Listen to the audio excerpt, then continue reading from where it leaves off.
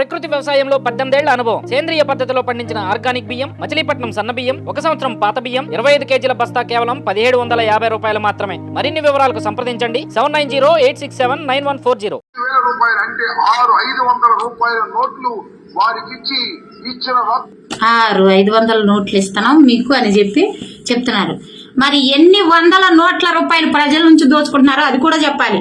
అంబటి రాంబాబు, నువ్వు ఒక మహానటుడివి. సినిమాల్లో నువ్వు నటించినటువంటి నీ ఎక్స్పీరియన్స్ అంతా కూడా మీడియా ముందు వలకబోసేస్తున్నావు. చూడడానికి ప్రజలంతా అసహించుకున్నారు. ఏకపోతే నువ్వు మాట్లాడుతున్నావు కదా 6 నోట్లు. నీ లెక్కలోనే నోట్ల గురించి మాట్లాడితే కొత్తగా రాష్ట్రం ఏర్పడినప్పుడు కేవలం అప్పుడు వితంతువులకి, వికలాంగులకి, అలాగే వృద్ధులకి మాత్రమే పెన్షన్ ఉండేది. కానీ చంద్రబాబు నాయుడు గారు 2014లో ఏమీ లేని రాష్ట్రంలో నిరుద్యోగులకి, దాంతో పాటుగా ఒంటరి మహిళలకి కలిపి పెన్షన్ 200 నోట్లు మాత్రమే తీసుకునే వాళ్ళని 18 రెట్లు పెంచి 100 నోట్లు తీసుకునేలాగా చేసిన ఘనమైన చరిత్ర కలిగిన వ్యక్తి మా చంద్రబాబు నాయుడు గారు అని చెప్పుకోవడంలో మేము చాలా సంతోషిస్తున్నాం. అంబటి రాంబాబు, నోరుంది కదా అని నీ పొగడతలకి జగన్మోహన్ రెడ్డిని పొగుడుకో, అభ్యంతరమే లేదు. అలాగే తెలుగుదేశం మీద నువ్వు నిందలేస్తూ మాట్లాడావు. ఏమని? విడదల రజనీ మీద దాడి చేసిన తెలుగుదేశం కార్యకర్తలు, అలాగే తెలుగుదేశానికి సంబంధించి జనసేన, తెలుగుదేశం ని విమర్శించి మాట్లాడావు. బాబు, అంబటి రాంబాబు, విడదల రజనీ మీద దాడి చేసింది నీ నాయకులే. అక్కడ చిలకలూరిపేటలో ఉన్న మహానటిని తెచ్చి మా గుంటూరులో పెట్టొద్దు బాబోయ్, ఆ మహానటి మాకొద్దు, స్థానికంగా మాకున్నారు నాయకులు, మాకు అది వద్దు అని చెప్పి అక్కడ ఉన్నటువంటి మీ నాయకులకి సంబంధించిన కార్యకర్తలు, వైసీపీ నాయకులకు సంబంధించిన కార్యకర్తలకి మనోభావాలు దెబ్బతిని దాడి చేయడం జరిగిందిరా రాంబాబు అన్నయ్య.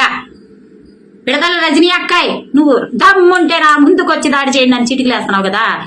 ముందు అక్కడ స్థానికంగా ఉన్న మీ కార్యకర్తలను కూర్చోబెట్టుకుని నీకున్న సమస్యని తేల్చుకోమ్మా. అక్కడ మీలో ఉన్న విభేదాలకి మా మీద బురద చల్లొద్దమ్మా. మేము దాడి చేస్తే డైరెక్ట్ గా చెప్పగలం, మేమంత పిరికాళ్ళం కాదు అని తెలియజేస్తున్నాం. దాంతో పాటుగా మీకు ఎన్నికల స్టంట్ లో భాగంగా గతంలో చంద్రబాబు నాయుడు గారు కోడి కత్తితో కోయించేశారని చెప్పి మాట్లాడారు. బాబాయిని చంపించింది చంద్రబాబు నాయుడు గారు అన్నారు.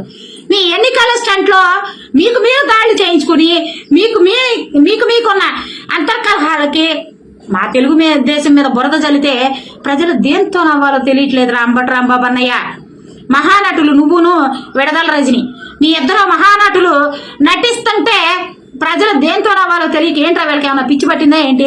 ఆ సినిమాల్లో నటించి రాంబాబు గారికి అంత అలవాటు అయిపోయిందని మామూలుగా నవ్వట్లేదు రాంబాబు అన్నయ్య. కాబట్టి ఒక్కసారి ఆలోచించండి, మీరు ప్రజలకి ఏం చేశారు? రాష్ట్రంలో అధికారంలోకి వచ్చిన దగ్గర నుంచి మీరు గతంలో, నువ్వు ఇందాక కూడా మాట్లాడావు, గతంలో కదా ఇందాక కూడా ఒక మాట మాట్లాడావు. ఏమని? ప్రభుత్వం మాదే, హోమ్ డిపార్ట్మెంట్ మాదే, చట్టం కూడా మాదే అని చెప్పారు. ఇది వాస్తవం అన్నయ్య, ఒప్పుకోవాల్సిన విషయం రాంబాబు అన్నయ్య.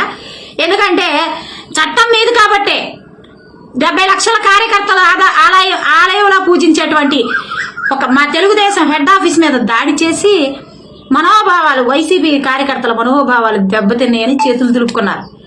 హోమ్ డిపార్ట్మెంట్ మీ చేతిలో ఉంది కాబట్టి ఆ హోమ్ డిపార్ట్మెంట్ కూడా మా దేవాలయం మీద దాడి చేసినప్పుడు మనోభావాలు దెబ్బతిన్నాయని చేతులు దులుపుకున్నారు. అలాంటి మీరు ఏదో ఇప్పుడు మీకు మీరు దాడులు చేయించుకుని మా మీద బురద చల్లితే ప్రజలు చూస్తూ ఊరుకోరన్నయ్య. బాగా మిమ్మల్ని ఒక పిచ్చాళ్లను చూసి నవ్వుతున్నారు. మీరు ఫ్రస్ట్రేషన్ ఎక్కువైపోయింది మీకు. వాస్తవంగా చెప్పాలని మీకు బాగా ఫ్రస్ట్రేషన్ ఎక్కువైపోయి మాట్లాడుతున్నారు. ఓడిపోబోతున్నాం మేము, ఇక్కడ నుంచి ఇక్కడ టికెట్లు మాకేస్తున్నాడు, అక్కడ వెళ్తే ఇలాగే తంతారు మమ్మల్ని అన్న భయంతో ఏదో ఫ్రస్ట్రేషన్ లో మాట్లాడుతున్నారు రాంబాబు అన్నయ్య. ఇలాంటి మాటలు మాట్లాడడం మానేసేయండి అని చెప్పి తెలియజేస్తూ సెలవు తీసుకున్నాం. మీ ఆసిలేట్ నిర్మల్.